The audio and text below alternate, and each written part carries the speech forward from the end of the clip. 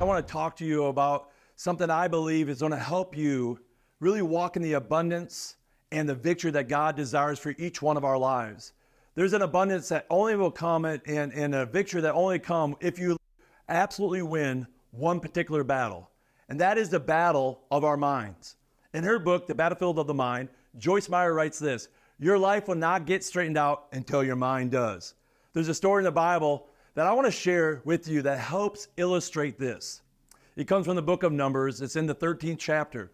In this story, the people of God, the Israelites, have just been rescued out of Egypt, and they're about to go into the promised land, the land that God had told them many years before that he had set aside for them. It's the land of Canaan. And the promised land that he's going to give them, he tells them to go check it out. So they send in 10 spies to check out the situation. And in Numbers chapter 13, verse 27, it says this: they gave Moses this account. We went into the land to which you sent us, and it does flow with milk and honey. Here its fruit. But the people who live there are powerful, and the cities are fortified and very large. We even saw the descendants of Anak there. We cannot attack those people. They are stronger than we are. And they spread among the Israelites a bad report about the land they had explored. They said, the land we explored devours those living in it. All the people we saw there were of great size, and we seemed like grasshoppers in our own eyes, and we looked the same to them. This report and what they created in the minds of the rest of the Israelites would cost them significantly. The price that they would pay for this report would end up costing the people of God 40 years wandering in the desert. I want to just take a look at this story a little bit to understand what happens in our minds and how it affects our own lives. The spies said this: we can't attack those people. They are stronger than we are. And we seemed like grasshoppers in our own eyes, and we looked the same to them. Now listen, they allowed a narrative and a thought to enter their minds contrary to what God has spoken. God has already said, I am giving you this land.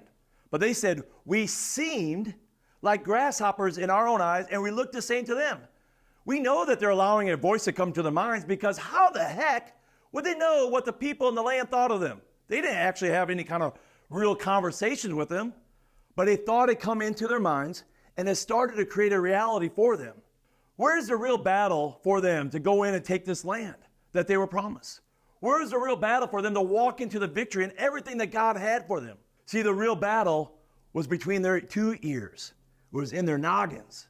They allowed a thought to come in to create their reality. In Proverbs chapter 23, verse 7, I love this proverb. It says this: for as he thinks in his heart, so he is. We become what we think according to our faith and according to what we believe. The spies believed they were like grasshoppers, so that's what they became. We are a product of our thoughts, and how we view and think about them tends to become our reality.